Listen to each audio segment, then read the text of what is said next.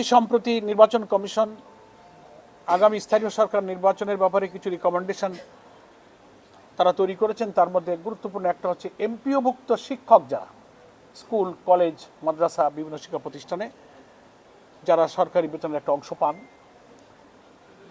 সেই শিক্ষকরা নির্বাচনে অযোগ্য হবেন, এভাবে তারা একটা রিকমেন্ডেশন এখানে তৈরি করেছেন। আমরা মিডিয়ার মাধ্যমে বুঝতে পেরেছিলাম যে সরকারের কাছে তারা পাঠিয়েছে এবং মিনিস্ট্রিতে এটা বিচার বিবেচনার জন্য অপেক্ষায় আছে। আজকে ওনারা এটা স্বীকার করলেন যে হ্যাঁ, আমরা এটা রিকমেন্ডেশনে আমরা একমত হয়েছি, সেটা এখনো আমরা সরকারের কাছে পাঠাইনি, এই কথাটা ওনারা আজকে বললেন। তো ওনারা মুখের পরে চিফ ইলেকশন কমিশনারের উপস্থিতিতে কথা বললে তো ওইটাই আমরা বিশ্বাস করলাম। রিয়েল জিনিসটা গণমাধ্যম কর্মীদের কাছে কি তথ্য আছে, that is up to you. তো যাই হোক, সেটা ওনারা পাঠান আর না পাঠান, এই রিকমেন্ডেশন যে ওরা নিয়েছেন এবং ওনারা অ্যাপ্রুভ করেছেন এটা সত্য। আমরা এটারও তীব্র আপত্তি জানিয়েছি এবং আমরা এখানে সাংবিধানিক অনেক প্রশ্ন তুলেছি।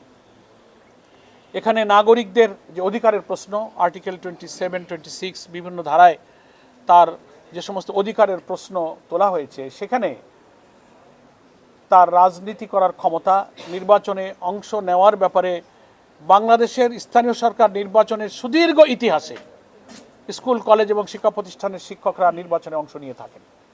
This is first time.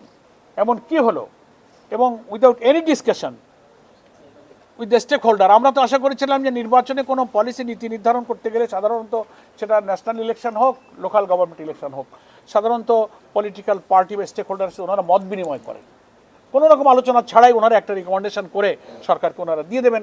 এসব প্রশ্ন তুলেছি।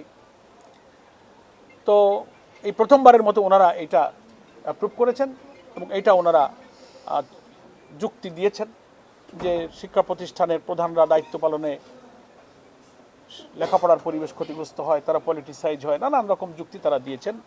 আমরা বলেছি দেশের নাগরিক সবাই আমরা ভোটার। সংবিধানে এমপিওভুক্ত প্রতিষ্ঠানের লোকদের চাকরি তো নিষিদ্ধ, রাজনীতি করা তো নিষিদ্ধ নেই। এবং জাতীয় নির্বাচনের ক্ষেত্রে এমপিওভুক্ত শিক্ষকদের নির্বাচনের ব্যাপারে তো আপনারা কোনো বিধিনিষেধ আরোপ করেননি, তারা তো ইলেকশন করছেন। প্রশ্ন করলাম যে সেটা কি আপনারা করেছেন? বল না, আমরা শুধু লোকাল গভর্নমেন্ট ইলেকশনের জন্য এই নীতিমালাটা অ্যাপ্রুভ করেছি। তাহলে কি হলো? এটা দ্বৈততা, দ্বিচারিতা, বৈষম্য হলো না? একটা ইলেকশন করতে পারবে আর একটা পারবে না।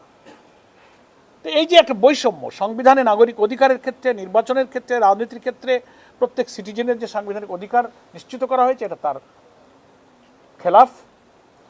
আপনারা এটা রিভিউ করেন, আপনারা নির্বাচন কমিশনের মিটিংয়ে এটা পুনরায় বিবেচনা করে এটাকে আপনারা বাতিল করেন, সরকারের কাছে আপনারা এটা বলতে পারেন। এই সব বিষয়গুলো তুলেছি। তো একটা হলো শামসুল আলম সাহেবের নিয়োগ বাতিল, দুই হলো এমপিওভুক্ত নির্বাচনের জন্য শিক্ষকদেরকে অযোগ্যতা ঘোষণা করার যে বিধান করা হচ্ছে, এটাকে বাতিল করে যা পূর্বের বিধান ছিল সেটাকে বহাল করতে হবে। হ্যাঁ, আর ওনারা বলছেন যে আমরা এটা ইসির মিটিংয়ে আপনাদের এই চিঠি নিয়ে আমরা আলোচনা করব, নিজেদের মধ্যে আমরা রিভিউ রিথিং কি করা যায় এটা বিবেচনা করবেন বলে ওনারা আমাদেরকে আশ্বস্ত করেছেন।